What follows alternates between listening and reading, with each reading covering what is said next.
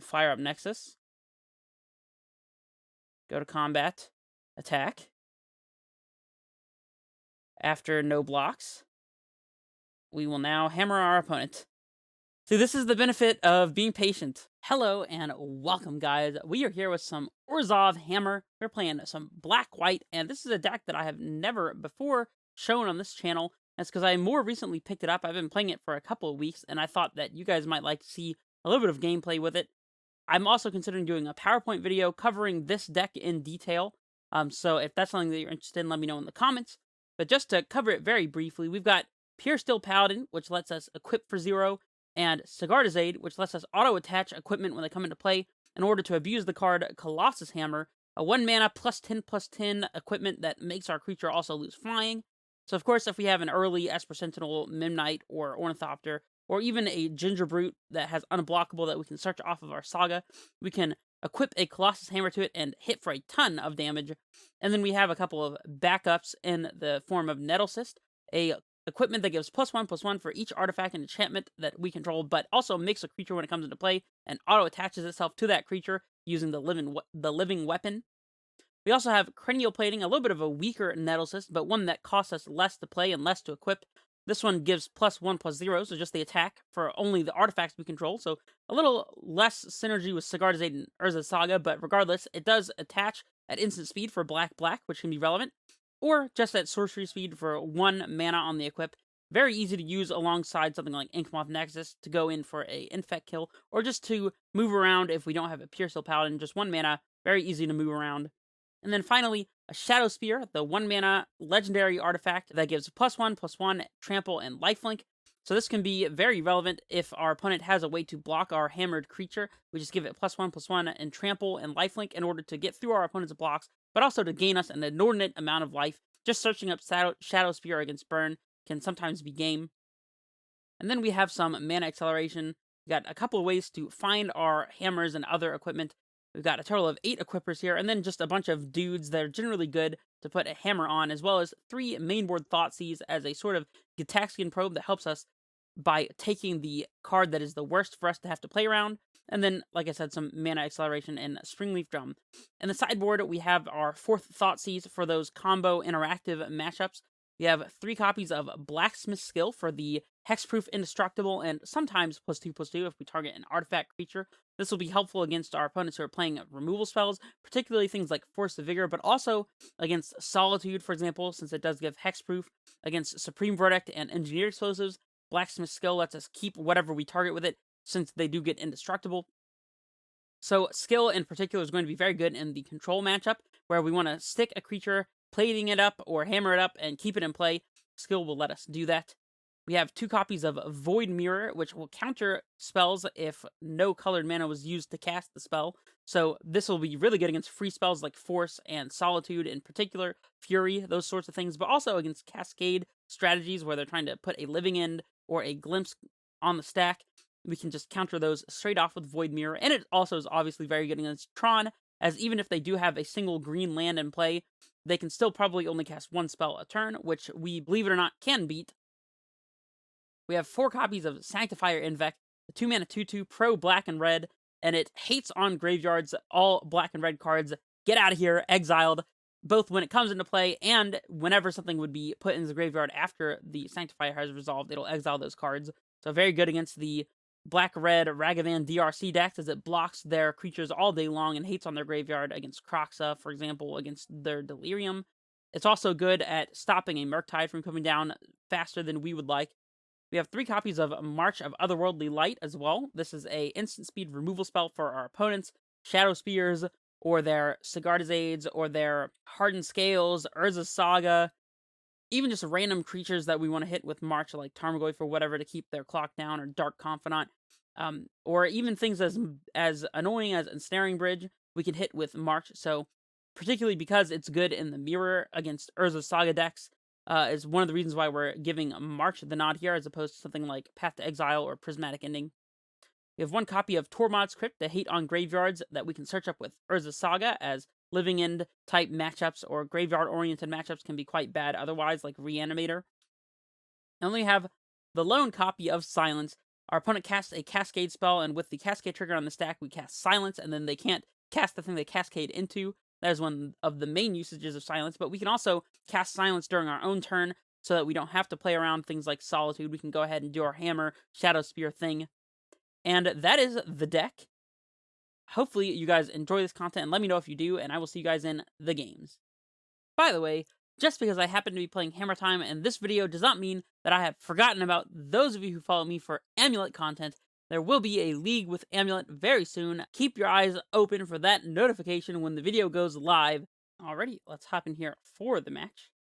See if we can get a turn 1 Ornithopter, turn 2 double hammer kind of hand. I've done it once before, and it was as good as you might expect. Right, on the play, which is already great. Magic Online's kind of going crazy here with resetting my stops and stuff because I just had to update the program, so we'll say yes on the play, of course. Those cards are very tiny. That can be fixed. Interesting. So we have the hammers and a Midnight, but we don't have an equipper.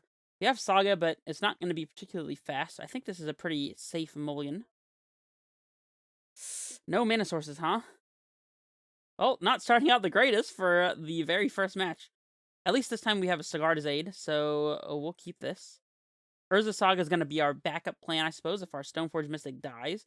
We can pretty safely send the Plating, I think, and maybe just a land. We could also just send the other hammer, since our Stoneforge is going to fetch one up for us, as well as the Saga, so I feel like sending hammer is kind of okay here. And then we'll lead on a fetch shock, in case we draw one of those Thought Seizes, I do suppose. And we'll play out our Sigarda's Aid. No respect for Prismatic Ending, as we can't really afford to play around it. Plus, if our opponent goes for turn 1 Prismatic Ending, the likelihood is this Stoneforge is searching up Nettlecyst, I guess? I mean, we can't really grind. They suspend Footfalls, huh? Interesting. Inkmoth Nexus is a good one. We could just kill them next turn with the Hammer plus Nexus combo. Or we could play out the Saga. If they're on Footfalls, they probably have things like Fire and Ice, so just going for the Nexus kill next turn is definitely not free.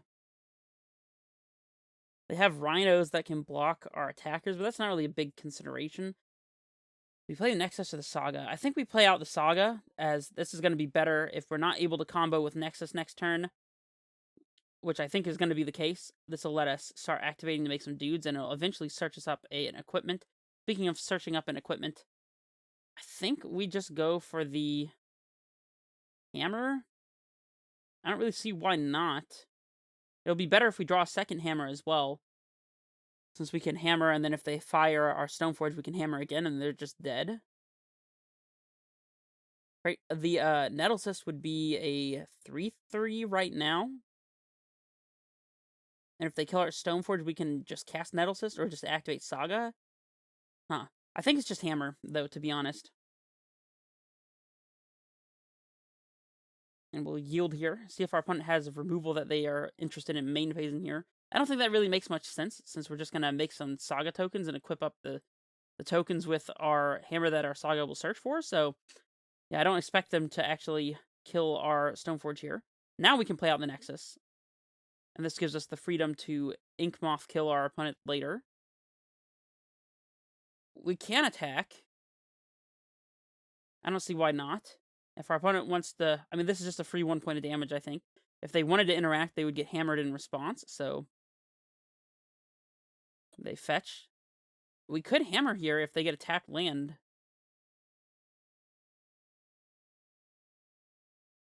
They get an untapped land. If they cast something, we can just hammer our Stoneforge. They bounce the Sigarda's Aid. So if we hammer, we get punished by a second Brazen Borrower, but that's about it. This is stopping us from equipping with the Colossus Hammer we could search for off Saga. But we might just be searching for Gingerbrute. I don't know, it's interesting. Do we just let this go and play the Saga game, or do we hammer now? If we hammer now, that plays into Force of Negation. I think we just let this go and just play the slower game.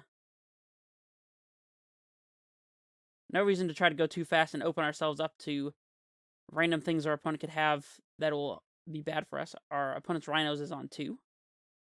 Let me open this up a little more so we can see the counters on it. There we go. Actually, you know what? It would be better to do it this way, right? That works. And they have Cascade into Rhinos, so we'll yield this. They show us Fury, among other things. Cast the Footfalls, that's fine. See what they showed us. Just Fury of interest, pretty much, so that's that. Agent's fine. We can just Inkmoth kill them. Yeah, Evoke Fury is fine. We can play Aid, fire up Inkmoth, play land, hammer Inkmoth after attacks. This is fine. On our opponent's instep, we'll make our free dude here. We can even search up a Springleaf Drum if we need the mana. Thoughtseize as well lets us make sure they don't have force. So we do this, we activate Inkmoth, we play land, Sigarda's Aid, hammer, and then we can use Springleaf Drum to set up the kill with the Thoughtseize. So Thoughtseize was a fantastic draw here, actually. Yeah, so we can let this Saga go. Get the drum. Lead on Thoughtseize. They have Prismari. Alright, our opponent's dead. So we play Clearing. We play... Oh, hold on. We don't want to tap our Inkmoth. We want to activate it. We play Sigarda's Aid. And we can use Springleaf Drum and our Construct to flash and hammer after no blocks. Yep, and our opponent knows the hammer is in hand, so they see the writing on the wall. Okay, so against a Cascade strategy, especially since they have Fury, I think the extra Thoughtseize is good, and Void Mirror is obviously fantastic here. Silence I like, and Blacksmith Skill helps us play around Force, Foundation Breaker, that type of thing. So I think Skill is probably good. I don't like March. Sanctifier gets bounced by Brazen Borrower, so probably not in the move. If we had hammered in response to our opponent's bounce spell there, we wouldn't have had lethal with the Inkmoth, so it was good on us to wait for that. Alright, against Fury, we can definitely trim Mim Knights, and Fire and Ice as well. We don't want to get our 0-mana 1-1 killed by a fraction of a card, so definitely trimming Mim Knights. And when we're trimming this many zeros, we probably got to trim on Springleaf Drum too. Maybe not too heavily, though. 2 Springleaf Drum seems about right. Steel Shaper's Gift seems fine. Esper Sentinel seems insane. Sort by mana value here. We could trim a Saga, expecting Force. That's also why we're playing 23 lands, is because we can easily trim a Saga or 2 whenever we want to. I think trimming a Saga is reasonable, but I also don't think we need to. Gingerbread's still good to search up with a Saga, perhaps.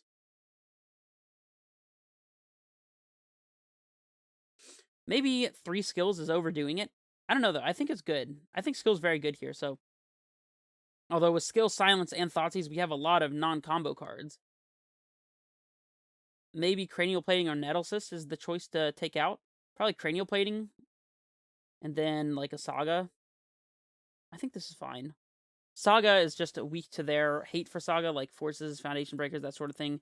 And it doesn't tap for white for our Pure Steel Colossus. What am I saying? Pure Steel Paladin draws. And, this is an interesting hand. We have Paladin. We have Skill to protect it. We have Thoughtseize to clear the way. We don't have a second white source, but Double Hammer to go with the Paladin is pretty good. We can Thoughtseize into Nexus, like Stoneforge if we draw it or something. I guess Sigarda's is also good for this hand as well. I think it's a little loose, but I'm going to keep it.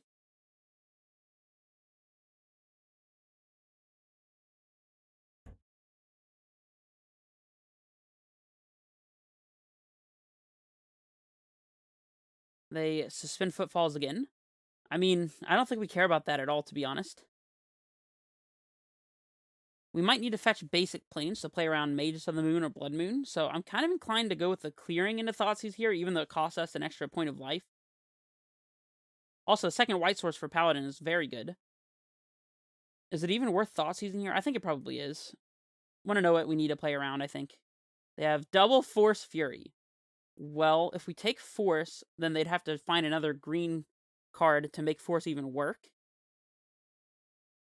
Fury is annoying, but I mean, we can play around both of these with skill, so... And also, Fury plays into us just playing and equipping hammers on Pierceful Paladin all in one turn, so I think we just take the Force. Alright, that's it for us. Yep, we're never responding to this Footfall's suspend trigger, so... The second one that cast it, we might respond to with a silence if we were to draw it. They play out Triumph, that's fine. We'll go to our turn. Ha! Another Thoughtseize, huh? Don't mind if I do. So we might use this turn to Thoughtseize, play out Hammer. So like play Nexus, Thoughtseize, Hammer, so that way we have an artifact in play for Paladin. Then we can activate Nexus, play Hammer, draw, auto-equip 2 hammers, all in the same turn. No, we won't have skill backup. Alright, let's start by Thoughtseizing just to see what's up. We already know 2 of the cards. They did draw the land. So here we want to take Force, I think, because Fury we can easily play around. So we know their hand is Land Fury. We'll play Nexus, first Hammer, and pass. And the next turn we can play Land, Paladin, second Hammer. Yeah, we won't have enough artifacts for the artifact count, though, unless we draw a Springleaf Drum, I think, or a... Oh, they have Blood Moon. Guess we could have fetched a Basic Plains to play around that. Ugh. Well, yeah. Go. I wasn't thinking about Blood Moon, especially since our opponent didn't have it either last 2 times we Thoughtseized, but, you know. Speaking of Thoughtseize. I guess we'll just pass. I don't know that there's anything that playing out this other hammer does for us. Yeah, but now we just probably lose to Thoughtseize. And Violent Outburst. That's insane. Well, I did mention we could lose to Blood Moon. Even if we had one of our Basic Plains, I don't think we'd be in great shape here against Blood Moon. And they show us another Blood Moon in the reveals. Borrower, Bone Crusher. Okay.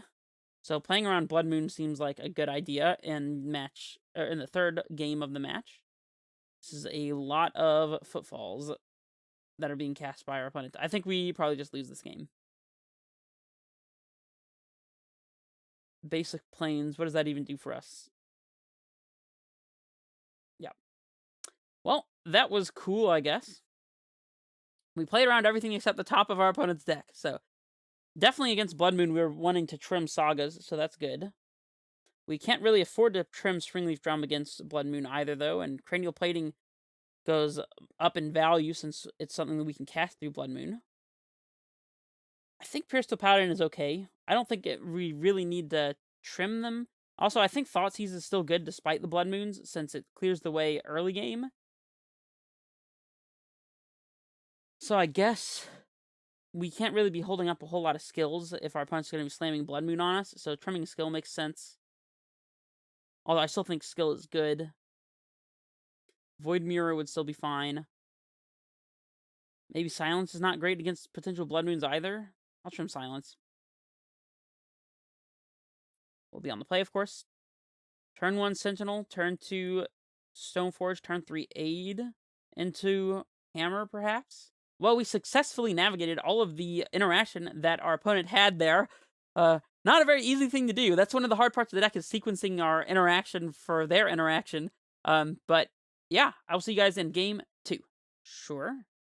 Let's go ahead and get a Basic Plains since we can. There's a Sentinel, and we'll, again, just pass. Not playing out the Ornithopter into our opponent's potential Fury. Skill is an interesting one. Yeah, let's just go ahead and fetch another Basic Plains. We got Blood Moon covered this time. That's for sure. And we'll Stoneforge. Now if our opponent Furies... Do we get the Colossus Hammer?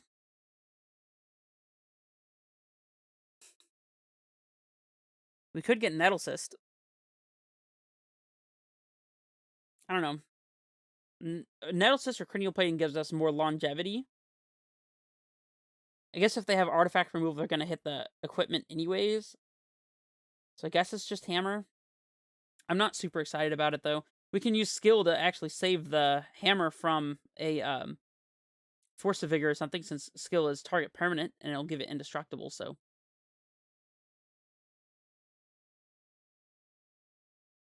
Let's see if our opponent has the Cascader here. Seems like they do. Sure. We get to draw a card from our Sentinel. Stoneforge Mystic is an interesting one. Second hammer, huh?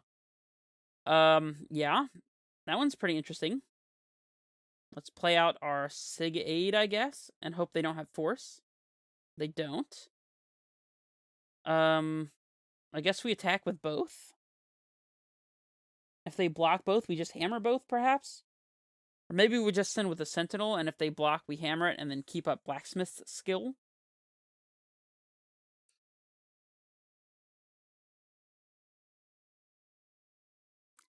I guess if they had Force of Vigor, they would hit the hammer and the Sentinel, so even if we save the Sentinel, it doesn't really do anything.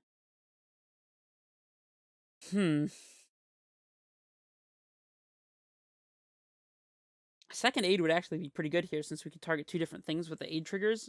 I guess they would still kill the hammer anyways. Interesting. So I think we're swinging with just the Sentinel and then putting a hammer on it. And if they don't block, then we double hammer and kill them if they don't have Force.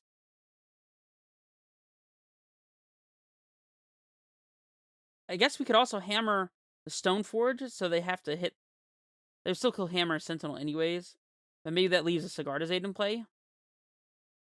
And we draw a card from the Sentinel too. Interesting. Now, I think we want to hammer on Sentinel to try to guarantee another card draw if they have the answer for it. And we're only going to put one hammer, I think, so we can hold up skill. See if they want to block. They do that. We could skill now, but nah, let's just... we'll just commit the hammer right now. And we'll equip it.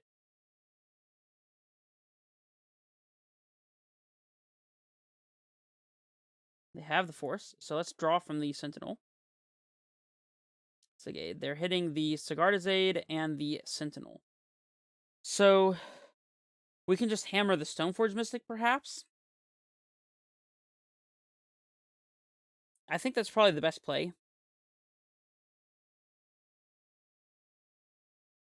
This way, we don't actually care about the lack of Sigarda's Aid on the battlefield, since we've already got our hammered up creature in play. They kill our Sentinel, but that was going to happen anyways, so we expected this. And we drew a card from it anyways, so... Now we can block their Trampler. Hopefully they can't, like, bounce our Stoneforge, but even if they do, we can still top deck a Pure Steel Paladin, and it would be reasonably good for us, so... We could take the 10, and Mystic up another hammer and attack, especially if we draw a land to skill the Stoneforge Mystic from a bounce spell, that would be good. If we block and they kill our hammer with, like, a Prismari Command or something, then we probably just lose. So I think we have to not block here, as much as it sucks.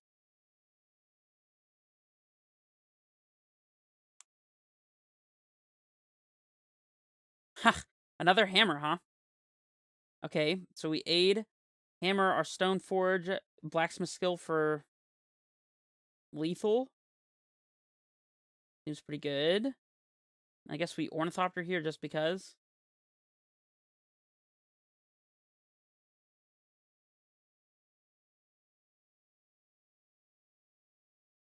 No blocks.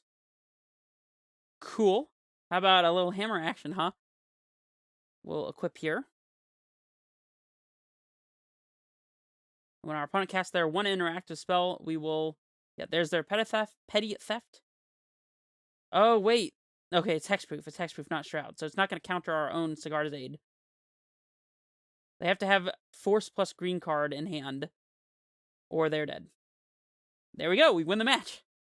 Alrighty, let's hop in here for match 2. Be on the play. That's fantastic.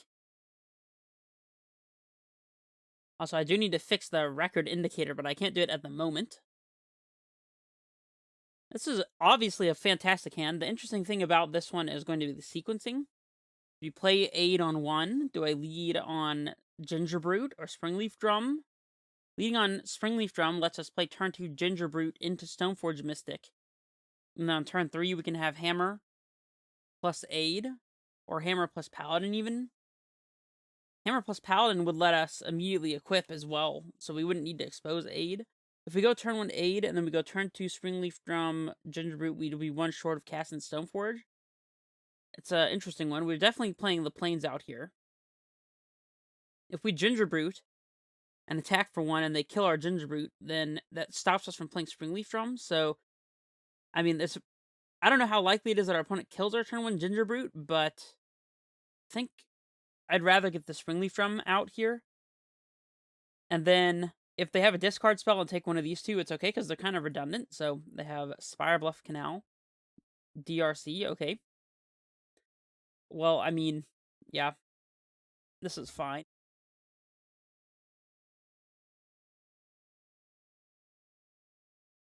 They bobble us on upkeep, which is interesting timing. I guess they're playing around Thoughtseize.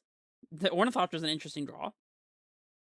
Well, we play Saga here as that's our only land drop choice. I don't think they're going to be playing main deck Fury, so I'm not going to play around it. I'm just going to go ahead and slam the Ornithopter. And then I guess we just go Gingerbrute Stoneforge. If they want to trade their dude with our Gingerbrute, we're pretty happy with that. So we will attack. And we'll get... If we get Hammer, we could play Aid into Hammer, and then the turn after have Pure Steel Paladin. If we top deck a white source, we can play Aid into Hammer to bait a removal spell, and then Paladin afterwards to auto-equip. Or not auto-equip, but to equip for 0, which is an interesting thing to think about. Or we could just not worry about it at all and go straight for, like, Nettle Cyst or Cranial Plating. I think we want the Hammer, though. There's a small chance that we don't top deck a land, and our opponent kills our thing in response to the Hammer, and then we can't cast the Pure Steel Paladin, and then we get counterspelled or something. It's an interesting choice, for sure. I always struggle with these decisions on whether to actually get Hammer or not, because sometimes you don't want to get it. I think, in this case, it makes sense to get Hammer. We also don't want them to be able to trade their creatures, so... Except for the DRC. The Hammer makes it so that they'd be chump blocking and not getting our threat out of play, whereas the Cranial Plating doesn't let us have that luxury, so...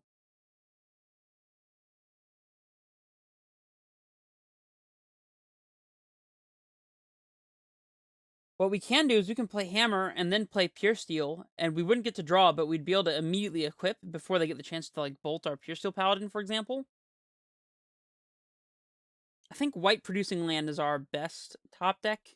That or maybe second Hammer.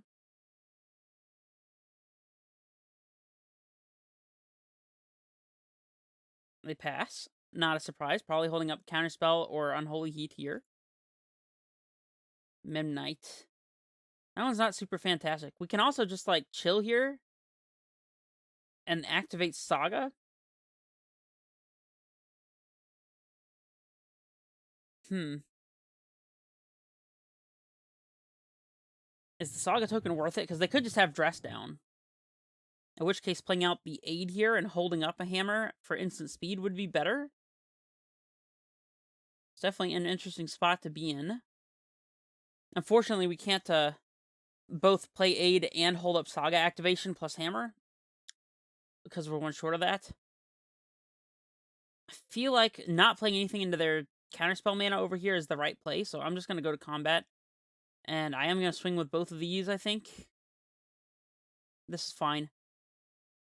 They would have to have double spell to get Delirium and eat one of our creatures, and then we could go second main phase, play Sigarda's Aid into Colossus Hammer, and we'll probably put on Stoneforge if that's something that we're doing, because Stoneforge can't get stolen by Archmage's Charm, so that's something to be thinking about. And of course, we can always just make a Saga token on their instep, which would be fine as well. They consider hit a redundant card type, so they have 2 for Delirium. So it's not possible for them to have Delirium here. They don't block. Makes sense. And yeah, we'll just pass.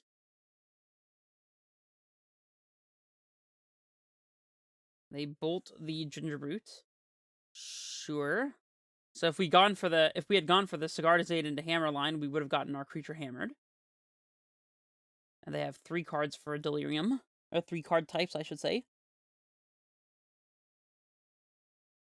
Ragavan is totally fine.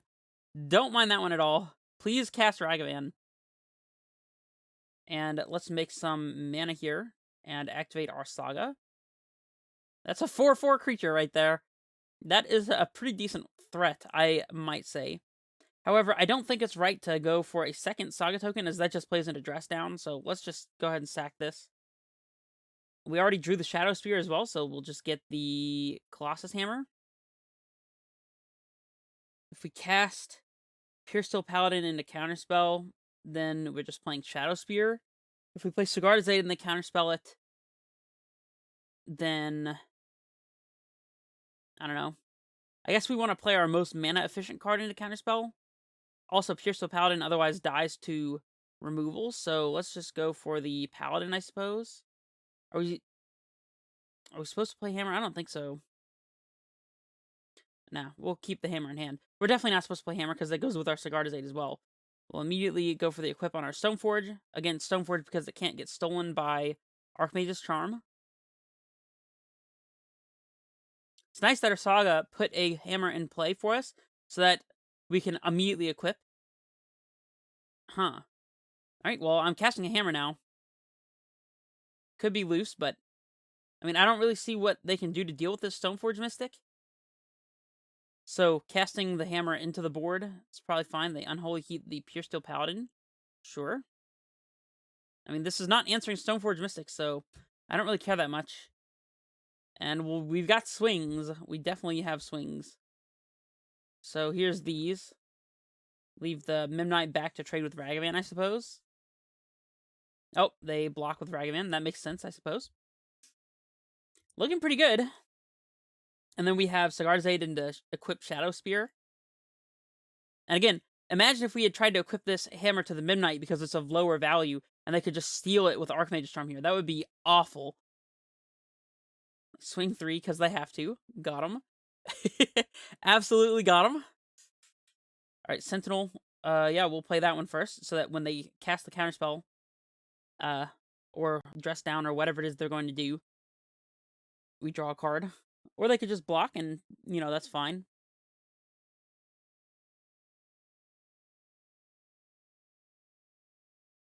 They petty theft to bounce the hammer. They are going to get very punished for that play. Very punished. Alright, guess we play the Aid now that we know that they don't have counter magic up, and I'm gonna tap the Ornithopter here. We'll swing here. Do we swing with these two as well? If we do, then they have to block something with the Ragavan, which is not worth nothing. It also trades an artifact and shrinks our construct a bit, but this is probably the correct play.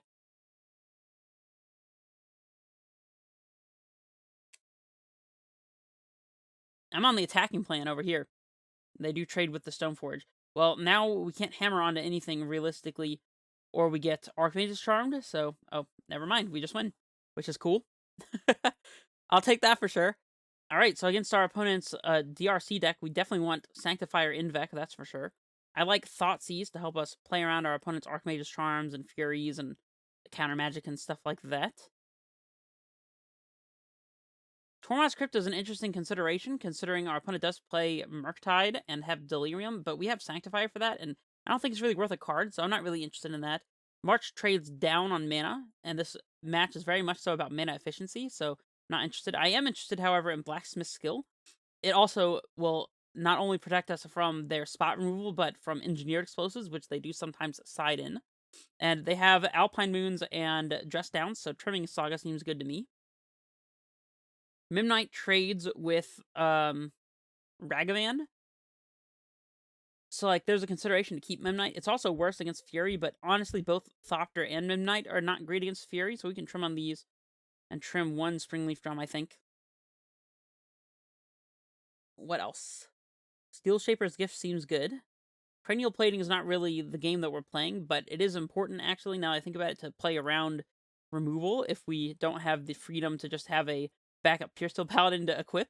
So, maybe it's another Memnite. I could see that. Sentinel's great. Gingerbread's fine. Maybe it's just Springleaf Drum as well. I think trimming a Midnight and a Springleaf Drum makes more sense. We have 1 drum that we can search for with Saga in case we don't have our land drops, which I do like to have access to. 2 cards win. What are we supposed to cut? Maybe we can trim 1 skill, as it's not great when we're behind. So only play 2 of this just to interact. And, like, trim a Pure Steel maybe, since it dies to everything. I don't know. Pure Steel seems good, though. Maybe this many Thoughtseize is just not great. I'm gonna trim a Midnight. When in doubt, Midnight out. We have a Sanctifier and Paladin that we can't cast thanks to our colorless source. Thank you very much, Urza Saga, for nothing. We can Fetch Shock, Thoughtseize, and then play turn 2 Stoneforge at the very worst. And if we hit a land drop, we can start making constructs, or we could just hardcast one of these bad boys. We do have Cranial Plating, which is actually a decent one to have, even though it's not really adding a whole lot right now. I think I'm going to keep it. It's a little bit loose, but they mold a 6 as well. So this Sanctifier will interrupt their DRC Delirium shenanigans. It'll Stonewall Ragavan if they have it, and it'll also shrink their graveyard for Murktide purposes, so interesting. So we're definitely not playing Saga on 1. Although I guess popping it off for a Springleaf Drum could be a consideration. We're getting Godless Shrine as well to make sure that we have Thoughtseize mana, but are we playing Gingerbrute or Thoughtseize on 1? I feel like we want to clear a counterspell out of their hand in case we want to play a turn 2 Sanctifier, perhaps. And if not, we'll just play... Oh, Engineered Explosives is a good one to spike. So they have Bolt, Flooded Strand, Island. That's got to be pretty good for us. Yep, very glad to have casted Thoughtseize. Pass back.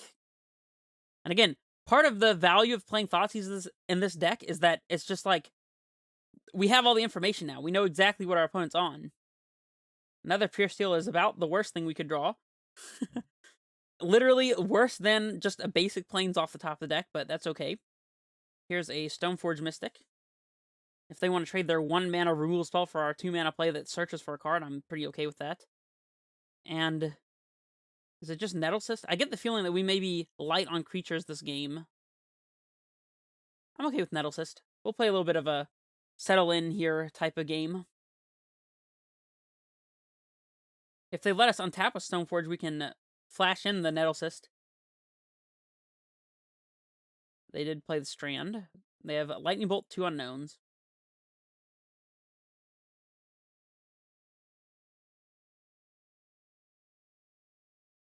And they bolt the Stoneforge. Yep, they don't want us to flash in Nettlecyst, so there's that.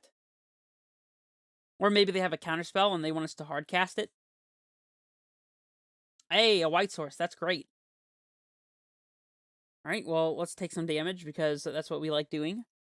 Now, are we slamming Nettlecyst? Or are we playing Sanctifier into Gingerbrute, perhaps? I don't think we're making a token here because that just dies to them having Dress Down once again, so we'll play Gingerbrute into Sanctifier, I guess, so we can double spell. And also, I want to jam the Sanctifier as fast as possible to get it around counter magic, so it did just snap resolve. Now, if our opponent top decks a counterspell, they'll be feeling silly. Do we even want to trade this Gingerbrute? They have Artifact and Land.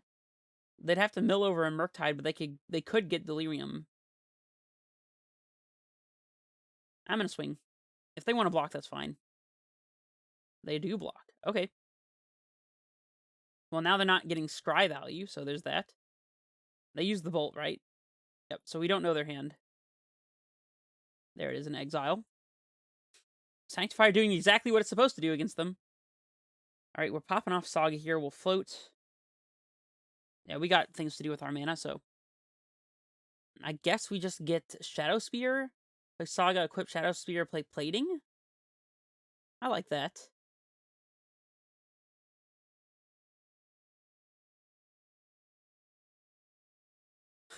Pro black and red, huh? Not leaving this back to play around Ragavan. I can't speak today. And we'll jam a Cranial Plating because we don't really care if this gets countered or not. Spell Pierce, whatever. At least that did not hit Nettlecyst. That was the whole goal of playing out the plating instead of anything else. They have instant land artifact, so they can play a 4/4 Murktide. You got it. Alright, Saga up. Play Plains. We can use this turn to jam Paladin, or we can make a token with the Saga. I think just jamming Paladin is good. That way we draw a card when our Saga fetches up a Colossus Hammer. Assuming they don't answer the Paladin. And if they do, then we float, search for Hammer, play Paladin, maybe play Nettlecyst if we draw a land. And that way we can even equip everything as well. Are they swinging? Nope. Alright, our Pure Steel Paladin is not dead. Think we... Oh, we have the land to play Nettlecyst, but that plays into counter magic, so I'm just going to make a token here. They have Dress Down, so we've been playing around this appropriately. Well, we can get Springleaf Drum so we can get Nettlecyst into play this turn. Assuming they don't have exactly Counterspell, which they haven't this whole time so far. Do we get Hammer anyways?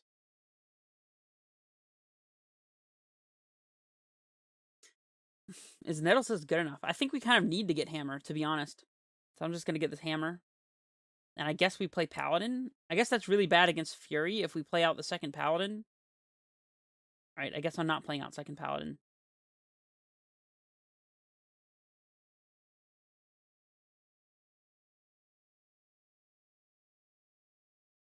Them hitting land drops is great for us. There's Fury, so we played around that one. Thank you very much. Yep, they got to kill our one creature with Fury, which is still good, don't get me wrong, but at least it wasn't devastatingly bad. We'd like any 1-drop artifact we can play, 1 or 0-drop artifact that we can play alongside this Pure Steel. Then we can just kill our opponent with Sanctifier, quite possibly. We'll untap. Draw. Sentinel. That is a great one. That is a fantastic draw. Paladin. We'll equip up here. And we win the match. Well, that was a pretty easy one against Blue-Red Murktide. Sanctifier feels like it did a ton of work there. Let me go ahead and update the record. Alrighty. Get match 3 underway. Just blazing through here. Now I'm bound to lose since I bragged about winning. We're on the draw, too. Tisk, tisk. We have no equipper. We're not doing anything particularly fast. We do have Thoughtseize, but I think we just mulligan. Well, this has access to Hammer, has an equipper, has a creature, has a couple creatures. Lands galore. We'll definitely keep this. What are we bottoming? I feel like it's the basic plains. Or maybe the Godless Shrine.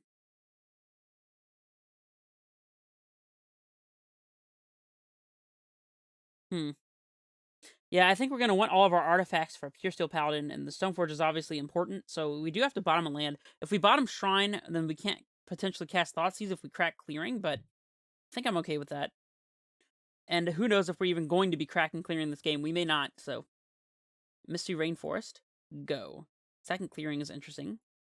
Alright, well, against Misty Rainforest, I think I'm just going to play out the Mimknight. I don't really see a reason not to. If our opponent has mainboard Fury or Wrenn 6 or something, I guess this could be a Wrenn 6 deck, so maybe playing out against Raugan Triumph. Yeah, maybe playing out this Mimknight was loose against a potential Wrenn 6 deck. I didn't think about that. Island. Okay, so it's just a control deck. Interesting. So,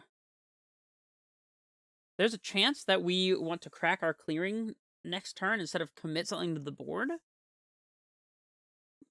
Not sure, though. We could use this turn to equip, but that doesn't really accomplish anything. If we slam Stoneforge into counter magic, then we'd have to draw an equipment to get rewarded for that.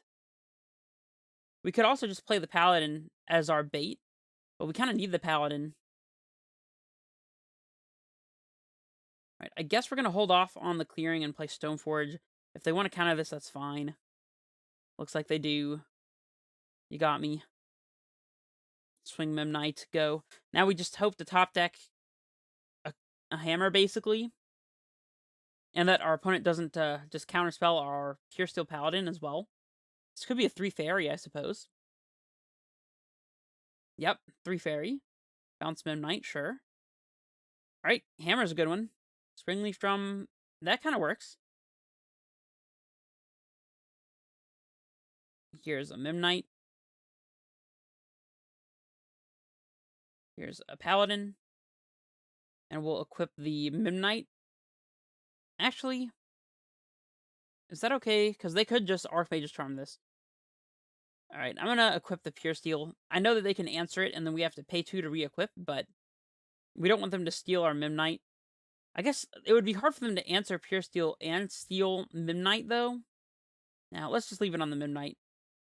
I don't know, though. This decision could come back to bite us if they, like, steal this and then upkeep Solitude or Pure Steel or something like that, so I guess this is a little better against bounces, like a bounce spell. Right?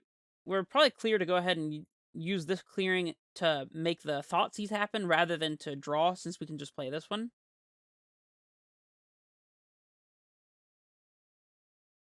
They Prismatic targeting the Pure Steel. Okay. They did have the Solitude as well. Do we take Deluge or Solitude? I kind of feel like we can't beat either of those cards. I mean, Solitude is something we know and can play around, and Deluge is not something we can easily play around, so we'll do this. We'll crash our opponent's Teferi, get that out of here. And then we'll probably just go ahead and draw main phase in case we hit a Sig Aid that we want to play while they don't have counter magic. There we go. Go ahead. Hey man, you gotta say it out loud in order to make it happen, you know?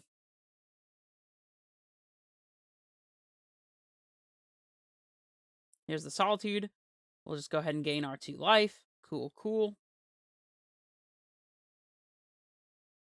Alright, threat. Pure Steel Paladin is a good one. We can do this crack clearing.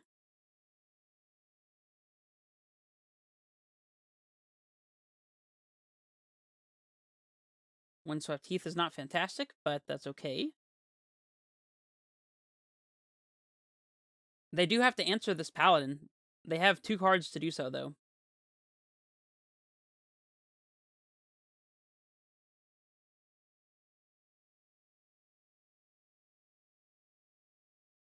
They ending the aid?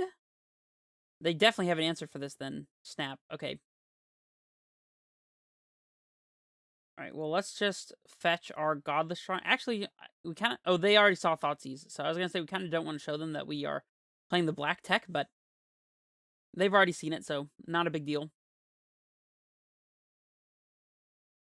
Yeah, having those as their last 2 cards were... That was pretty good for them, not gonna lie.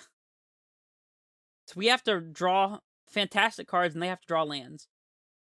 I mean, that kind of counts. We need a creature threat and then a Colossus Hammer, but... Yeah, we're probably just out of this game, unfortunately. Sentinel, okay. It's a start. They have Counterspell. They're paying costs. Wandering Emperor? Yeesh. Yeah, that's not great for us. That is not fantastic for us, for sure. Well, luckily, they're not going to be able to exile something with the Emperor. So if we top deck a hammer here and they have nothing... Archmage is trying to steal the Sentinel? Are you kidding me? Well, yeah, we lost this game. Our opponent definitely drew better than we did there, and we were on a mulligan as well, so... I don't know. The control matchup's also just not great for us, so... We're going to want our skills and our Thoughtseizes. And I kind of like bringing in Void Mirror, even though it just hoses Solitude, because it's better than the cards that we play. So, like, we can cut all of these extra things. Oh, actually, we need to keep some of them. So, we'll keep a drum and an Ornithopter, I guess. No, wait, we want things that actually attack, so, like, Mimnites. In fact, I don't think I want drums. Let's just go for all Mimnites. Yeah, I think that about covers it. Alright, well, we just gotta do better. Yeah, control is the matchup I have had the most trouble in, so we get to play turn 1 hammer, turn 2 stone forge into a cranial plating, turn 3 plating maybe, or turn 3, I don't know.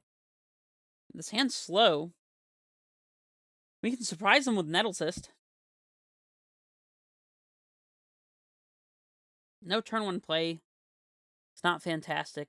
Although we probably wouldn't play anything on turn 1 to play around prismatic ending anyways. Playing out hammer is not fantastic either because they can just counter the paladin. So like we're going turn 2 Stoneforge into cranial plating, turn 3 activate, put nettle cyst into play, and maybe play 1-drop if we find it. I don't know if that's good enough. I feel like it's not, but I don't know. I feel like we just have to keep a hand like this, but I don't feel happy about it. We'll play our marsh flats and pass.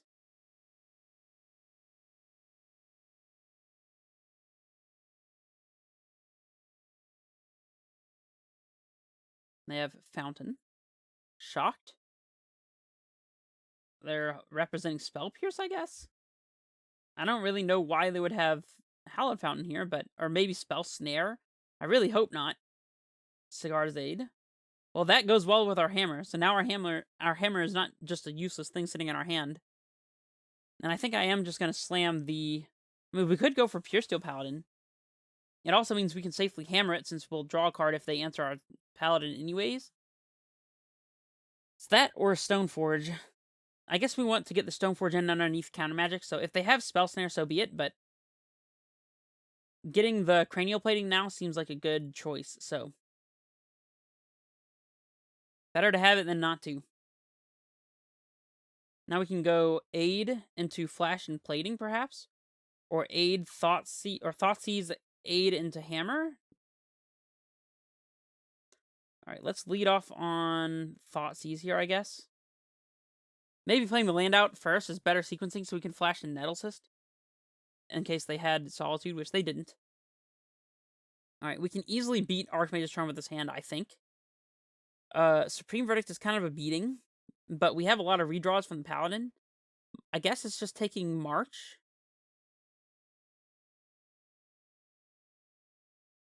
We take March, play Aid into Hammer, swing 11. And then next turn, they have to chump with Snapcaster Mage, pretty much. Yeah, I guess that's the play. We'll take March. Play land, play Aid. Go to combat, attack.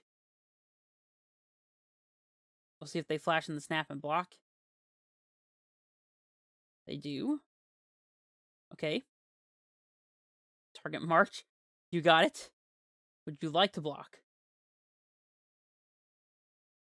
They do. Right, we will hammer to save our poor Stoneforge Mystic. We'll always yield. Don't want to always yes, because that interacts weirdly with the living weapon on Nettle Cyst, so... And sometimes we want to play it and target something to fake our opponent out and make them think they need to use a removal spell, and then not actually equip it, you know what I mean? We don't have lethal here. This main phase Archmage's Charm to... Oh, they steal Cigar's Aid. Okay. I guess they do have Supreme Verdict. So... we'll begin combat and attack. You know, I was thinking that we maybe should play one of these out for our Pure Steel Paladin, but... No, I guess we just play Stoneforge Mystic, get Hammer, play Hammer, and the next turn play Paladin, land Plating if we have the ability. That would leave us with enough artifacts in play, so... we'll play the Stoneforge Mystic, even though it's going to get swept up by our opponent's Verdict that we know about. And get... oh, we could just get Shadow Spear and play it. Shadow Spear might be better than the Colossus Hammer, I think. Yeah, I like Shadow Spear better. And now next turn, if we have land, we can go Pure Steel Paladin, Cranial Plating, draw, equip all the things. They played out Castle Vantress, which we didn't know about, so they have 2 lands in hand. There's the Supreme Verdict. Yeah, they didn't play out anything. Oh, Sentinel also lets us equip as well, so that's a nice one. Not playing around second verdict. Can't really beat that. I mean, we can, actually, but we'll equip the Sentinel, I guess, so that we draw the card. We'll put one on the Sentinel, one on the Paladin, so that if they steal... I guess that doesn't really matter. It doesn't really matter, I guess. Let's just put both on the Sentinel.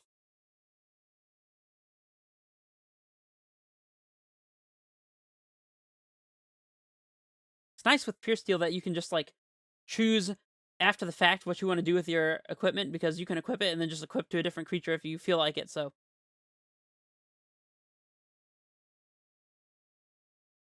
They cycle Ralgren Triome, looking for Solitude, I guess. The fact that we put all of it on Esper Sentinel means that Solitude is not good enough, because they can't hit the Pure Steel. Prismatic on 1 and we draw a card, sure. We are not going to forget that we can re-equip to our Pure Steel Paladin. That's not a thing that is going to happen, opponent. Void Mirror, huh? Alright, let's take some damage here. We'll play out Nettle Cyst, I guess, just in case our opponent has a rule spell, and we win. Cool. Well, that worked out really well. I like the way that went. And I don't think that I want to change anything. Do we want silence? I don't really think so. I mean, we could silence during our own turn and then go for a combo kill, which I don't hate. Trim a Memnite. I think it might be better to have a silence than a Memnite, although we do want to have a high creature density, but... Oof, we're seeing the sting of our colorless lands in the mana base. I thought about trimming an Inkmoth or a Saga, one of the two, for another white land because of situations like this, but we get to play out Void Mirror to deal with our opponent's possible solitudes. Whee! Also, that currently counters everything that we can cast, so... Like, turn 1 Inkmoth, turn 2 Saga, Void Mirror, turn 3 maybe Activate? Is it worth mulliganing? Because we have a lot of business, too. We have the hammer to go along with an equipper if we can draw it, but we need to hit white land pretty bad. And, like, 2 draws... We can probably hit a white land in 2 draws, right? Right? I don't know. I'm gonna mull it. This hand does seem a little bit better. It's not as fantastic as far as having a lots of business, because some of these cards don't really do much, but we will keep it. And I guess we're bottoming land. Plains, in case they have path. Actually, nah, not even. I'm gonna bottom marsh to flats, because we kind of want to draw lands with this hand, weirdly enough. Probably cantripping our... Well, never mind. Do we play out the Cigar's Aid, actually? Because that exposes it to Prismatic Ending and March. I guess we don't. Next turn we can shock, play Stoneforge, and the turn after, play Cigar's Aid Hammer, and maybe have another land for holding up Blacksmith's Skill. When it plays land passes. Void Mirror. Alright, we'll shock. Void Mirror doesn't really do anything. It does stop Solitude. And it's an artifact for Pure Steel as well. If we play Stoneforge and gets countered, we don't really have a creature to rely on, so, like... Next turn we can go Pure Steel plus Hammer and Cantrip if we want to. We can also play Cigar's Aid and hold up the Hexproof effect if they have the March or the Prismatic. Or even 3 Fairy, perhaps skilling this in response is the right choice, but maybe just slamming Stoneforge is fine.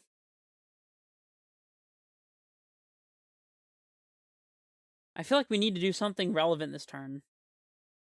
Maybe we just play out the Paladin. Is that crazy?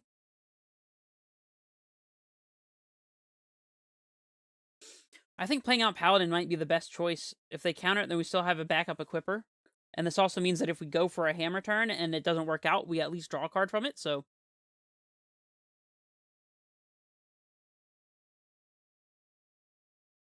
Yep, we need to try to get something done.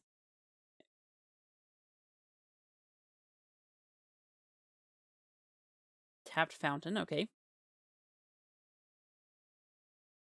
And Opt. Land lets us play Aid into Hammer plus Blacksmith skill, which is pretty good.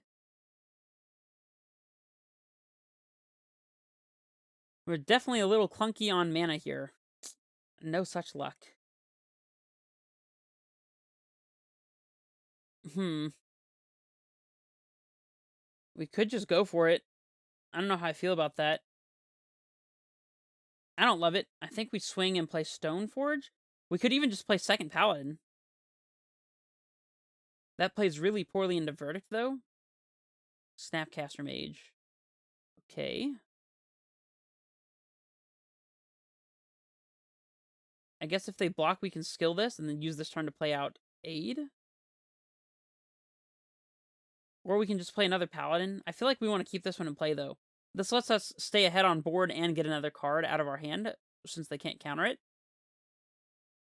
So here's Sigarda's Aid and pass. If they have Spell Pierce, then they're not casting Opt as well, which is kind of nice.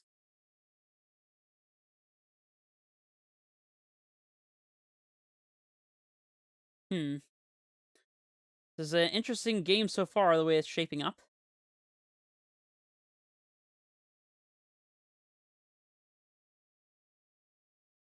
If this is like Teferi to bounce. A March for 1 on our Aid. So we were right to be playing around these types of effects. Land is pretty decent here, actually. So we can play second Paladin Hammer, draw 2. And to avoid another Snapcaster mishap, we probably just slam the Paladin now.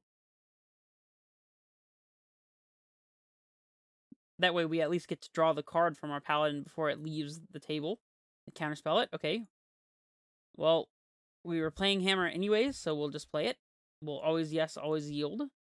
Got our extra card draw. Another skill is actually pretty good if we can manage to get there. Void Mirror looking pretty useless here. Maybe it's not a card we should be siding in. Stony Silence. Well, dang. Hey, Sigarda's Aid is not useless. I mean, I guess we're playing Stoneforge Mystic and saving the Aid. Do this now so they can't snap block if they want to interact with this. Dress down. That one really sucks, but not much that can be done about that. I mean, we're on mono white hate bears at this point. Except our hate bears don't really hate on anything. So, yeah, we have no way to answer this Stony Silence. I don't think bringing in March against a control opponent is the right choice, but this is quite the beating.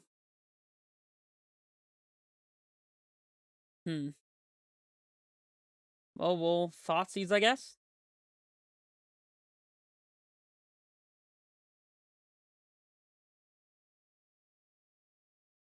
See what we can see.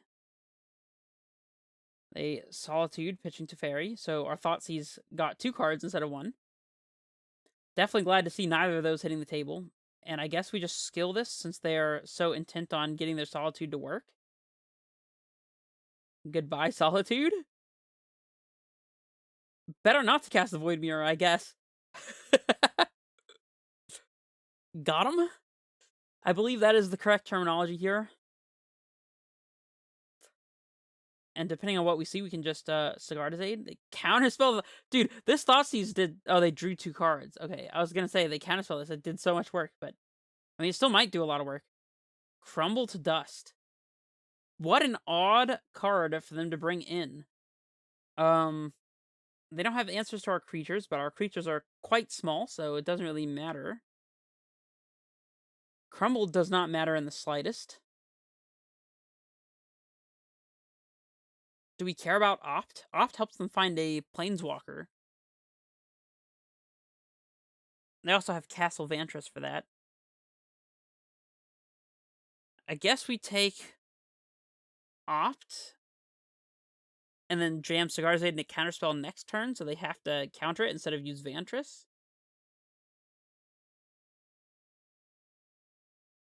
Or we could take counterspell and then they can't opt. They opt on instep, I guess. I think we actually just take opt here, as weird as it is. That could be wrong, but it doesn't feel wrong to me. And we'll wait on the Cigar Zade until next turn so we can bait a counterspell with whatever spell is the best one to use for bait.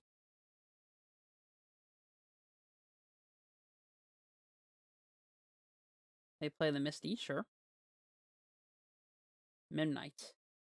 Alright, well, that's not really a great bait spell, is it? It's good that we didn't have our Void Mirror in play before the Midnight, though. We can draw with Clearing? Alright, let's go to combat, I guess. And attack. Play Midnight. And not play around Supreme Verdict. Play Cigar Zade. See if they want to counterspell this. They don't. I think we're drawing with Clearing at this point, so we'll just pass. The Void Mirror that did nothing the whole time, and we never cast it. They don't even Vantress? Oh, they drew Deluge. That's pretty broken. That is definitely better than activating Vantress, I will say. Yeah, that one feels real bad. We need them to top deck anything but Memory Deluge there, pretty much. And now they have the Verdict, of course. Yeah. Come on. Our opponent can't top deck Deluge into Verdict? That's just not fair. We're the good guys, aren't we? Are we? Blacksmith skill a little late here. Alright, Stoneforge Mystic gives me hope. Although they can counterspell it, so it doesn't give me that much hope. Nice Crumble to Dust, I guess. This does actually just Stone Rain us, which is now kind of a problem. Or they can just have Teferi, and now we're dead. That's cool, I guess. Yeah, we might just be losing this game because we had Void Mirror instead of a real card. Which kind of sucks. I was wondering if it was suspect to be bringing in Void Mirror specifically for Solitude, but... Oh, Saga's nice, though. I mean, not really, they're gonna crumble it, but... Wait, they can't crumble it if we hold up Blacksmith's skill. We are playing out the Void Mirror now. Very sad Void Mirror. They opt. Sure. You're opting in response to Void Mirror for a reason I don't understand, but that's okay. Please crumble to dust my Saga. That might allow us to get back in this game. That our opponent brought in Crumble to Dust when they weren't supposed to, and they get completely blown out. No counterspell, no counterspell, no counterspell. Come on. Don't counter it. Don't counter it, opponent. You don't want to do it.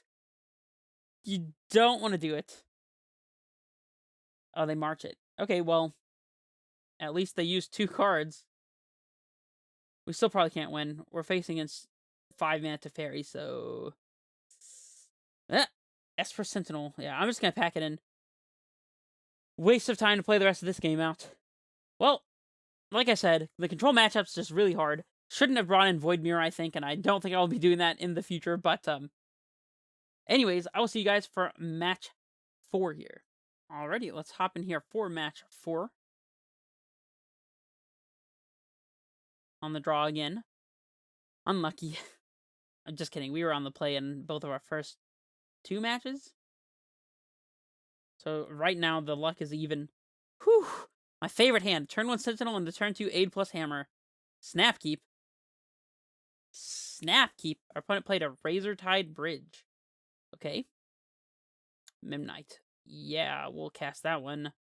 And we'll fetch Flood Strand. So our opponent thinks we're on blue-white. And I'm not going to show them the black because I don't think it's necessary.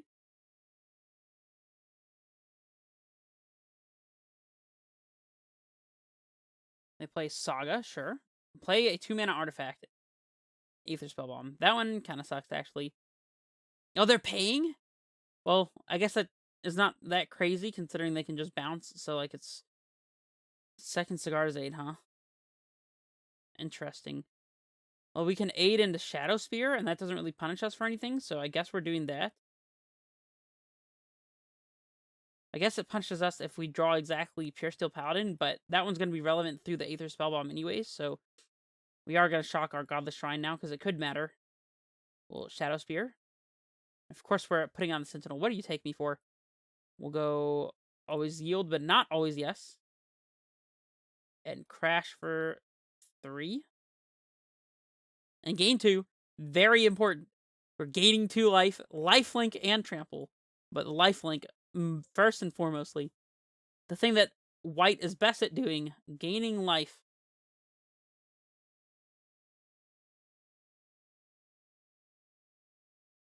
Ornithopter. Sadly does not trigger Sentinel, so...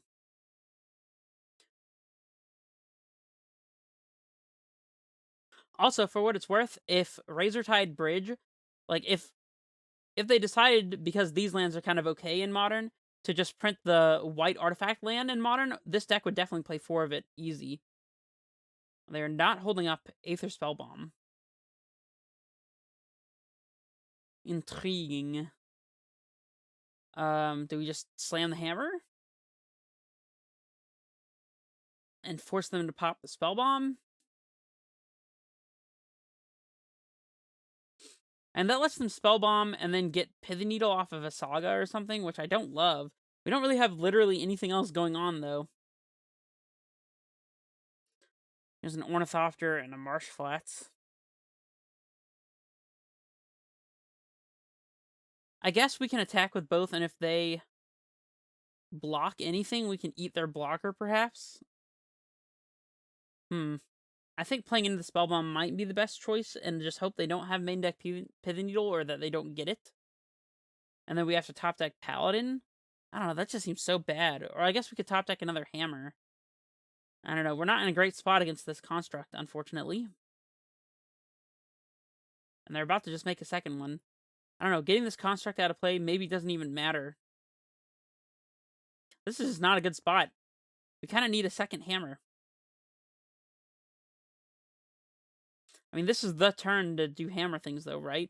Against the Aether Spellbomb? I don't know. We'll play out second aid.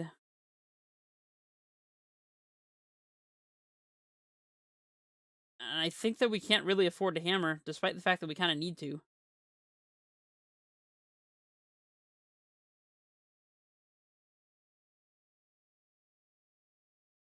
This Saga is fine. In response to this one, if they Pithing Needle or Marsh Flats, I guess I'm pretty happy with that, so I'm just going to let it resolve.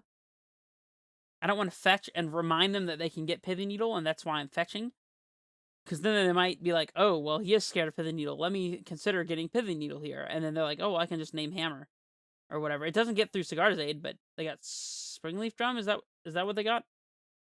Third Saga is pretty freaking good. That one is pretty good. They do have the blue mana for the Spellbomb as well, so... Jeez.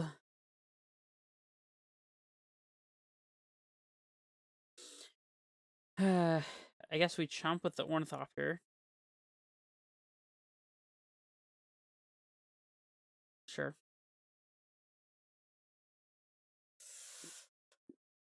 I guess if we drew Paladin, we could play Paladin into Hammer, target the Sentinel, they bounce it, and we still draw, and then we can free equip.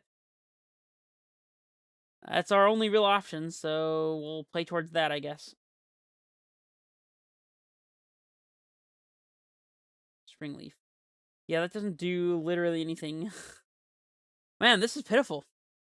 We have our combo set up and everything. We're just getting destroyed by this Aether Spellbomb. Yep. Guess we should have re-equipped Shadow Spear to the Memnite. Or maybe we do just need to be, like, using Hammer to block at this point. And they float here. I guess they're planning on playing, like, an Urza or something.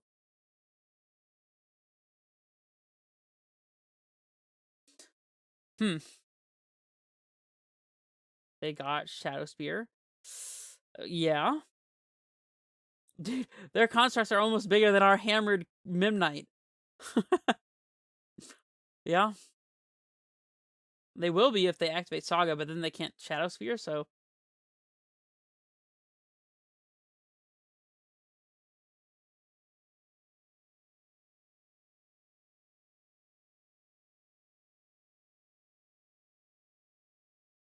We even drew a card from the Sentinel, I think. We're still just so far behind. Yep.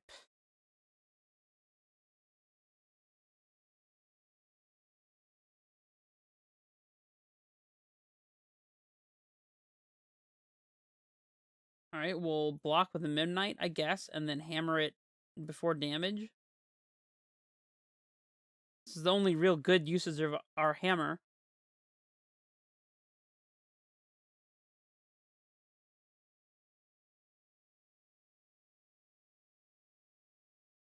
We will not equip to the Sentinel.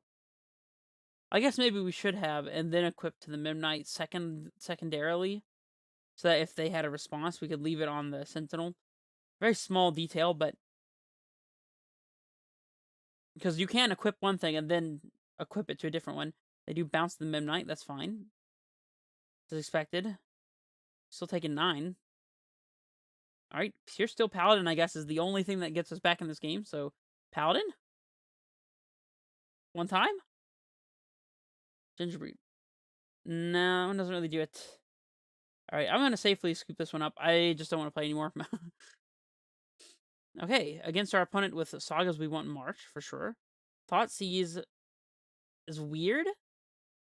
Possibly good, but it doesn't interact with Saga at all. But it may not have to. Our opponent will have their own marches, probably, and like other things we want to Thoughtseize, so it's probably fine.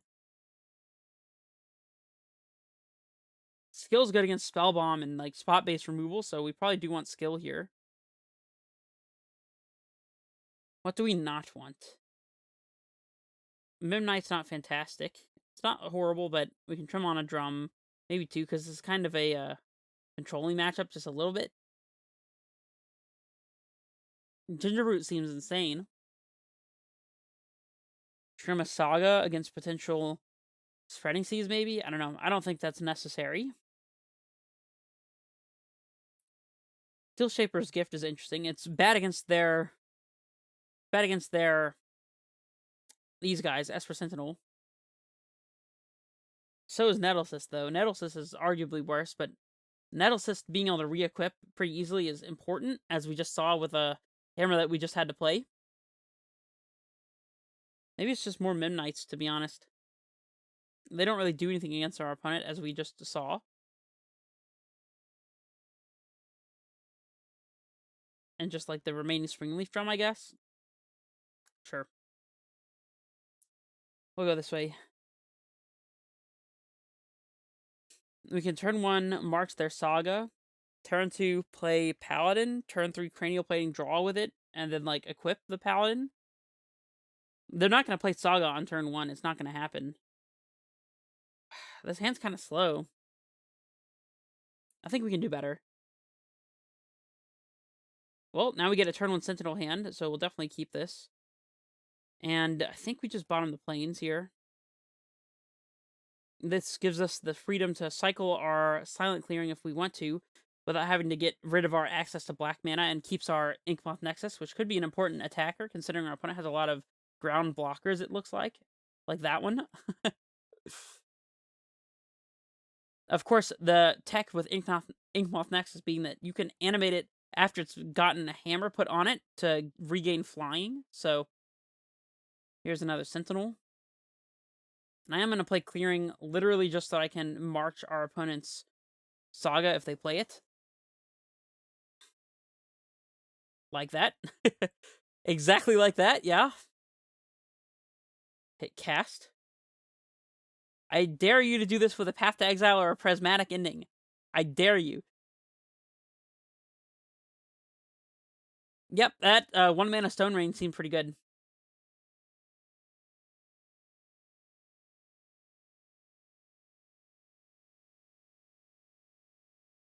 Midnight not attacking into the Esper Sentinel?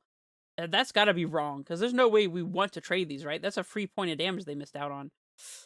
And Sigarda's Aid setting up a kill with Inkmoth Nexus for next turn is exactly where I want to be, so... Of course, we can animate Nexus, attack with it, after no blocks. Oh, freaking Ornithopter? What is this BS? No! Maybe they just don't block the Nexus. There's Spell Bomb. Maybe they'll let us draw. They have to let us draw at least once. Alright, we'll draw here. Silent Clearing. Not the worst. They can't activate this. If we attack with Nexus, what is the chance that they don't block with the Ornithopter? I have no clue. We could draw now. If we draw, we could find... I don't know if there's anything that we could find, so we'll just untap here. Saga's pretty good. Yeah, we'll play that. We'll animate Nexus. And we'll attack with it, and if they don't block, then we get them. They block. Sure. Alright, go.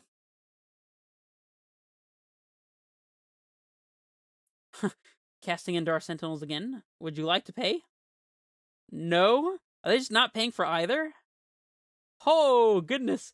Freaking Ancestral Recall right here. Making a blue. Thought Monitor. That is also a flying blocker. Which is frustrating.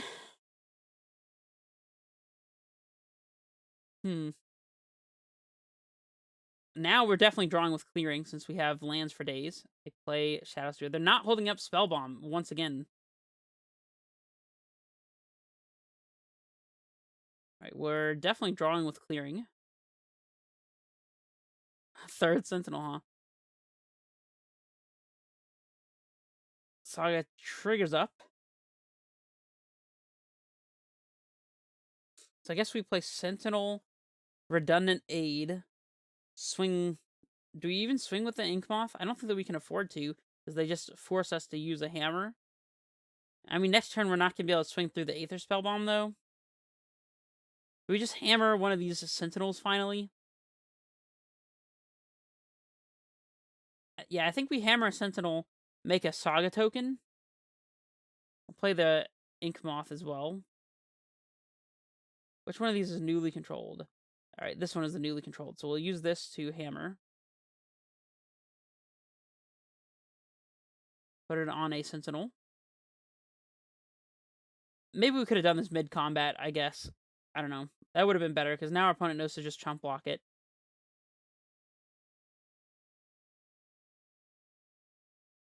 If they want to bounce our Sentinel, that's fine.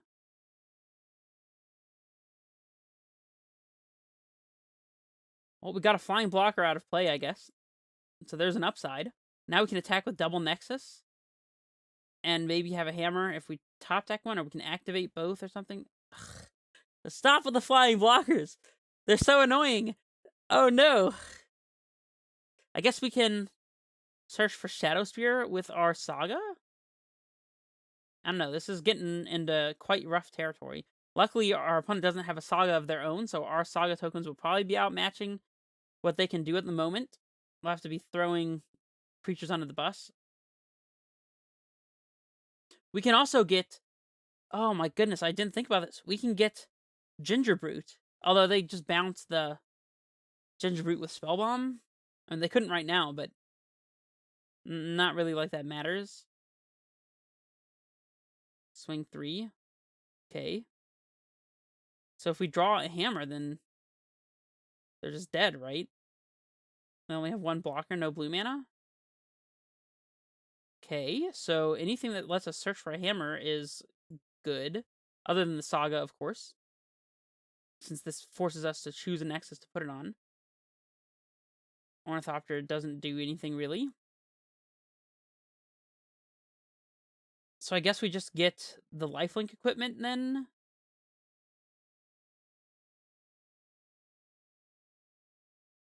Yeah. And we'll make a dude.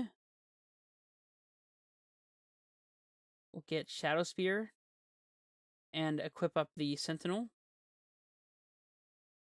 Yes. Play Ornithopter. Silent Clearing. Esper Sentinel. Redundant Sigarda's Aid, since they could have Prismatic Ending for the first one. And swing with our big dudes. Seems pretty decent to me. We're also gaining 12 from our Sentinel, so go. Our opponent's at 3. Well, now any unblocked creature is pretty much lethal. Cranial Plating. And they're letting us draw a gazillion cards. Yep, Stoneforge Mystic is pretty good. Opponent just casting things into Sentinel, not feeling like the best move, if I do say so myself.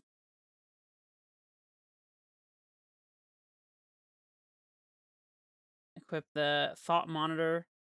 Okay, well, you are dead, opponent. We can even trump block for the 2 damage. I don't think so, though. Just take 15, sure. Do we have enough? We can't double activate here. But what we can do... Oh, wait, we double activate. We can't play Pure Steel as well. So we attack with a Sentinel. Second main, play Pure Steel, move over the equipment to a different creature.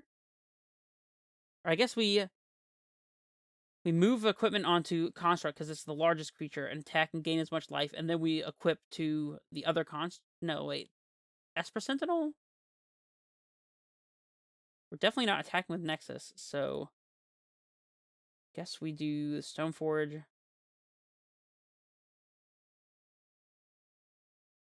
They do have Spellbomb up, which is something worth noting.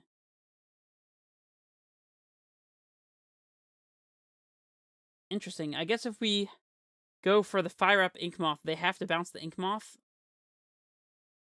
after we Sigard's targeting it with one of our Sigard's. So that's interesting. Get Hammer for sure. We can fire up Inkmoth, play Hammer, put one of the Sigard's on Sentinel, and then the second one on top of the stack on Inkmoth. And they have to bounce the Inkmoth because we do it after... I guess they just block the Inkmoth with the Thought Monitor. And trade it. That doesn't really work. Right, we'll go to combat.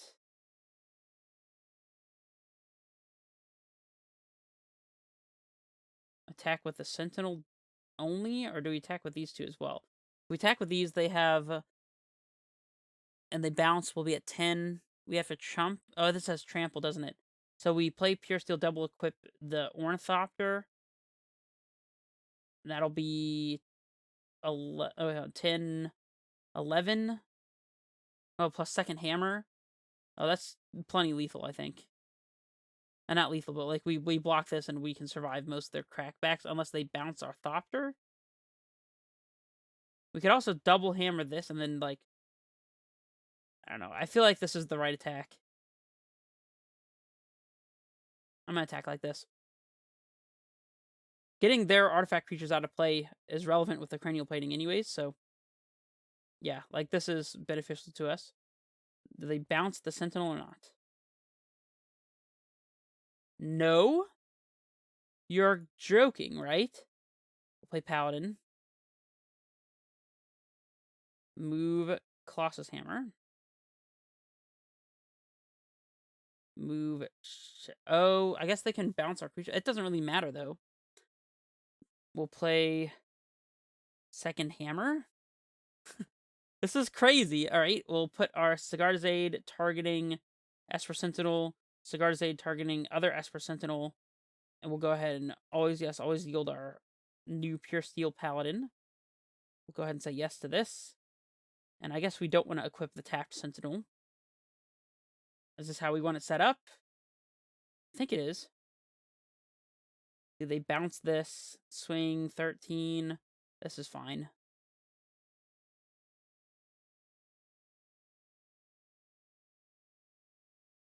Cranial plating, okay.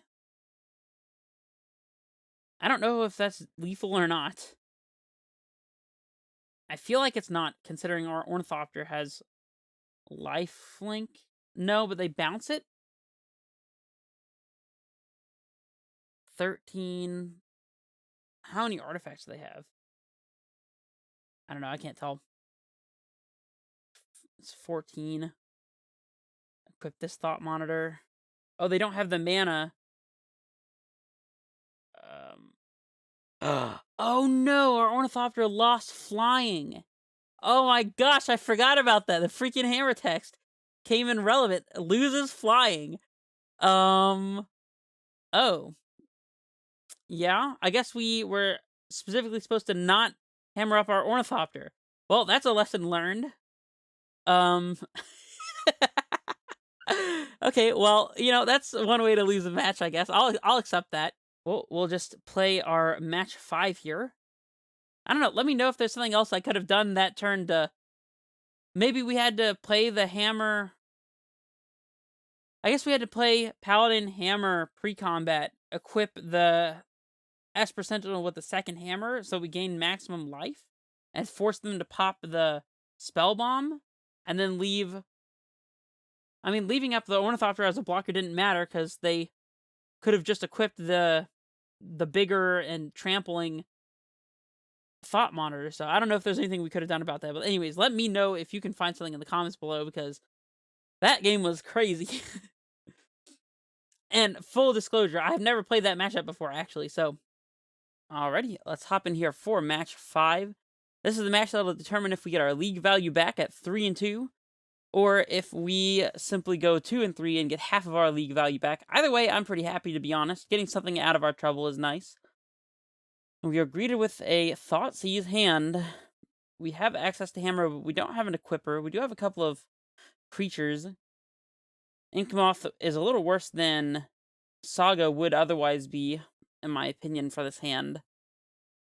I feel like we're benefited by mulliganing once, trying to find a turn 1 Sentinel or Aid. I mean, this hand has everything we wanted to have. We have some creatures, we have Aid and a way to find hammer, so we're definitely keeping this. Question is, are we bottoming the extra Sentinel, or are we bottoming a land? Our opponent mulliganed to 6 as well. I think I'm inclined to bottom the extra land. Hopefully we'll top deck a Saga or something like that. Our opponent leads on Foothills Fetch, Basic Mountain, and Ragavan. Interesting. Well, there's our Saga. Well, I guess we're playing Sentinel. And I am going to fetch Shock here. Don't want to be taking 1 point constantly from our Silent Clearing, which we're going to be tapping for colored mana presumably multiple times. Because we can always go Saga next turn, then go Sigarda's Aid. Actually, I guess we're 1 away from being able to hammer, but do we trade with our opponent's Ragavan? With this colored land that our opponent has over here, the Mystery Rainforest and the Mountain, it makes me a little afraid of Renin 6. Or Fury, even. I feel like trading here is probably decent. They could also just be planning to fetch a basic and then cast a Blood Moon after we don't block. I think I'm inclined to block here. I'm not 100% sure. We can use next turn to play Aid and Steel Shaper's Gift, and then the turn after play Sentinel and to hammer up the Sentinel, perhaps. Or we can play Saga and Sigarda's Aid, and then activate Saga, and then play a little bit of a slower game. Interesting choice. I think I'm interested in trading here. I don't know that it's completely correct, but the feeling I have is that our opponent has a way to answer Sentinel. So, is this Renin 6? Utopia Sprawl. Okay, so they're on Ponza then, naming red, of course. Another Ragavan. Yeah, a little bit punished, but Inkmoth Nexus is a cool one. We can just kill him next turn, potentially. No, we can't kill him next turn. We can kill him in 2 turns. So I guess the turn we go Sentinel plus Sigarda's Aid. And then the turn after we play Inkmoth Steel Shapers for Hammer. I think that's the best that we got. So here's a Sentinel. Here's Sigarda's Aid and pass. Getting our white spells out means that if they do have Blood Moon, which that's part of the reason why we blocked with Sentinel before, we'll be able to have relevant things in play. And I think because of the fact that we need our creature to be in play in case our opponent plays Blood Moon and we don't get a chance to play another one, we're supposed to not block here. This one even is still very close, since we're just planning on winning with the Inkmoth, probably. I'm going to take the 2, though, just to be ultra safe. If our opponent just slammed a Blood Moon on us, we'd be in some pretty bad shape, so.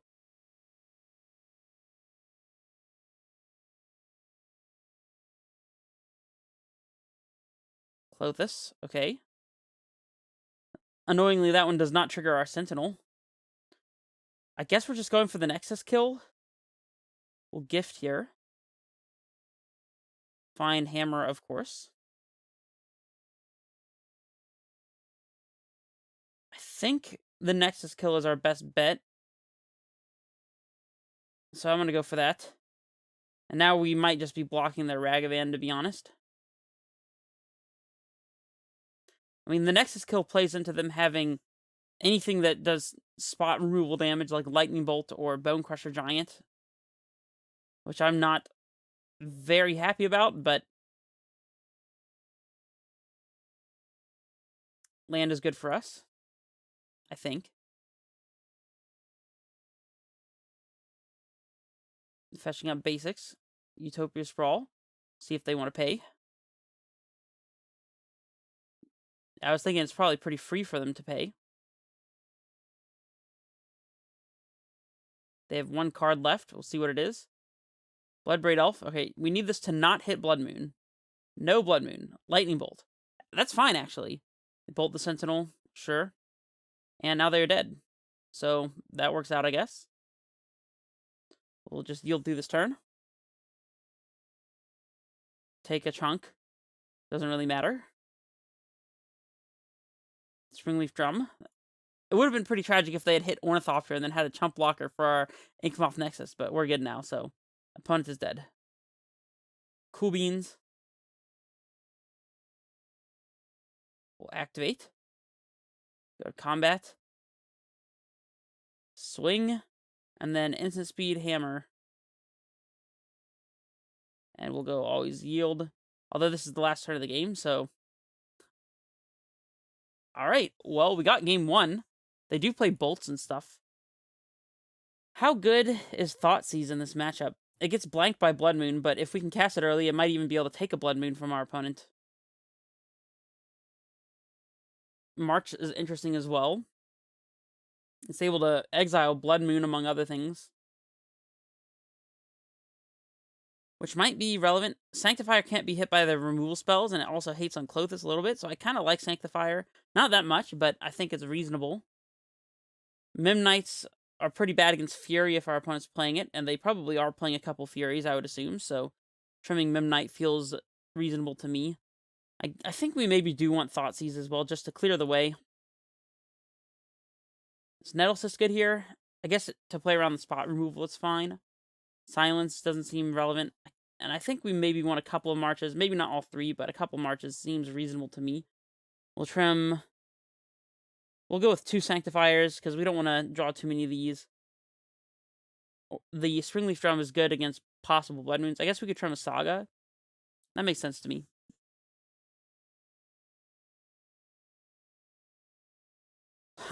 Double Hammer Thoughtseize. The classic Mulligan to 5 hand with 4 lands Thoughtseize. Yeah, I don't think so.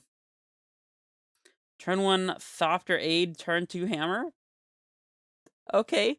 Yeah, that's a hand. We'll definitely keep this. Now, what are we bottoming?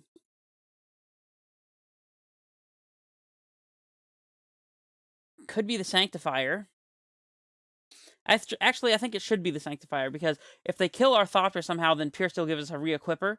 But otherwise, we don't want to be flooded on double white spells if we don't top deck another white land, so. We don't even have to play the Ornithopter on turn 1. Inkmoth is a very interesting one. Alright, we're going to fetch a basic here.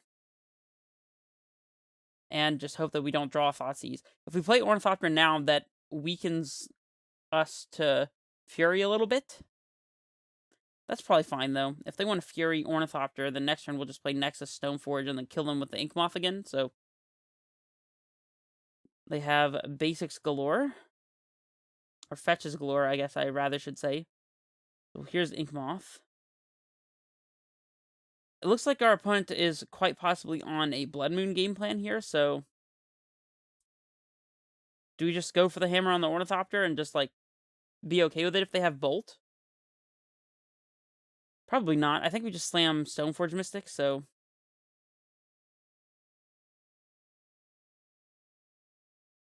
And this gives us second hammer. I'm pretty sure it was the play.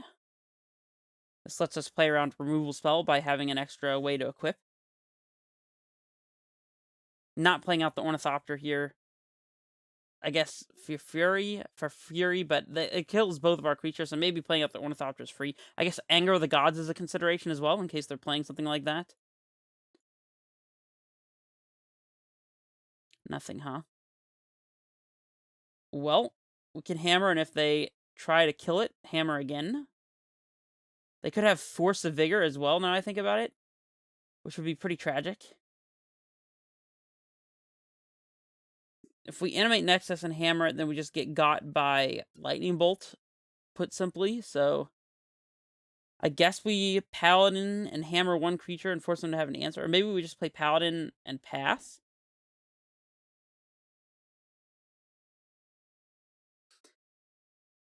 If we double hammer, the only thing that doesn't really play around is Force of Vigor, which I'm not sure that we can realistically beat anyways.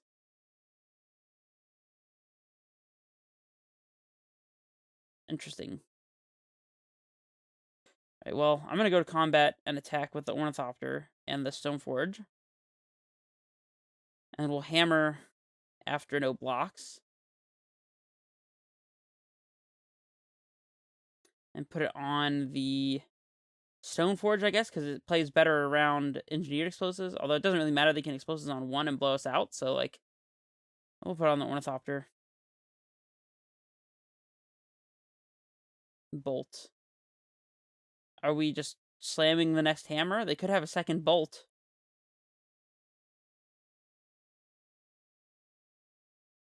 I guess I'm going to let this go. And then play Pure Steel Paladin second main. And then if they go for a Fury and like a 3-drop or something, then we can just animate Nexus and then hammer them. I'll play out Ornithopter too, because I don't really expect that my opponent's actually playing Anger of the Gods, but they could be.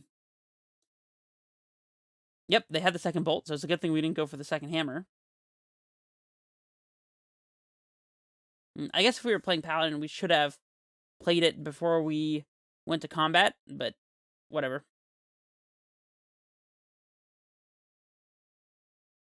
Cranial plating. Cranial plating, huh? Or do we just go for the Inkmoth Nexus thing?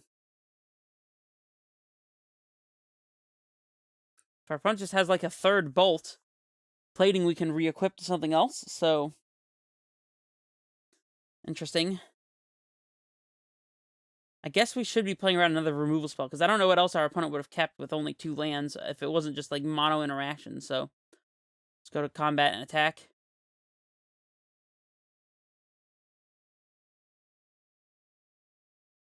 Right, no blocks. We'll flash in plating. And we'll put it on Ornithopter, of course.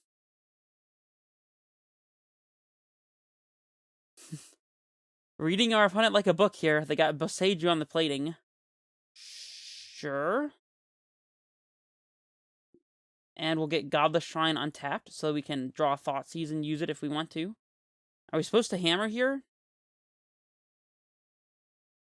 We could hammer, or we could just cantrip with the clearing. Hammering seems pretty free. Put our opponent to 6. It doesn't really kill them, though. I'd rather my hammer actually kill my opponent, so I'm just going to wait. They could be greedy, but... There's no way our opponent will think we have a hammer at this point. If they have Blood Moon, well, at least we'll be able to crack our clearing, so... Seasoned Pyromancer. Okay, well, now our opponent is absolutely dead to Inkmoth Nexus, so that's cool. Unless they have exactly Force of Vigor. I don't know that there's a way that we can play around Force. We can draw Thoughtseize, I guess, but we need all of our lands in play, so I'm just going to draw Paladin. Okay, well, we'll fire up Nexus. Go to combat. Attack. After no blocks, we will now hammer our opponent. See, this is the benefit of being patient. There we go. We win the match. So we ended up 3-2 with our hammer list. So pretty decent results. I have liked this deck. I still can't figure out exactly what colors I want to be playing. I think Thoughtseize is very good. but it's also kind of awkward sometimes, and like you end up playing a lot of fetch lands and not as many basics, so you get kind of wrecked by Blood Moon. I've played mono white in the past and I liked it, and I think that just playing 4 skills covers a lot of what you want Thoughtseize to do. You just need to have extra hate for combo matchups, hence things like Void Mirror for the Cascade strategies. Or Silence, I suppose, is also pretty good against something like Storm or against those Cascade decks. It's not as good against like Tron or something, but anyways. There is also the Blue Splash, which I haven't really tried a whole lot, but I think I like the proactiveness of the Thoughtseize strategy better than just holding up Spell Pierce all the time. Because Thoughtseize costs you 1 mana, whereas holding up Spell Pierce costs you 1 mana compounded over the number of turns that you're representing the Spell Pierce. So, but Spell Pierce is better against Force of Vigor. So, anyways, we saw Thoughtseize doing a lot of work regardless. So, definitely there's a lot of different ways to customize and build this deck. We could be playing some copies of Court Outfitter, which is a card I like as well. We could be playing more or less copies of Steel Shaper's Gift. We could be playing a Sword or a Cauldron. There's tons of ways to customize this deck. So, anyways, as far as changes that I would make, I think the most cuttable card is 1 Sanctifier, probably. Although I don't think that I would cut it. And I do like having access to 4 Blacksmith skills. So maybe it's like move a Thoughtseize to the sideboard, play an extra skill in the main, and then like cut like a Sanctifier. Maybe not Sanctifier, though. I do like Sanctifier. Maybe it's just the Silence. Just do something like this. I don't know, though. It's very small changes at this point. I also could easily see cutting one of these colorless lands to make room for another colored sources. Getting flooded on colorless lands is pretty bad when it happens. Sometimes it's bearable, but... Or maybe playing the Force Springleaf Drum to help avoid those types of scenarios as well could be a consideration. But anyways, let me know what you thought about the deck, and let me know what changes that you would think to make. And also, let me know if you want to see a PowerPoint about how this deck works and the essentials that you need to know to play it. And I don't really have much else to say. This is Redface Menace, signing off.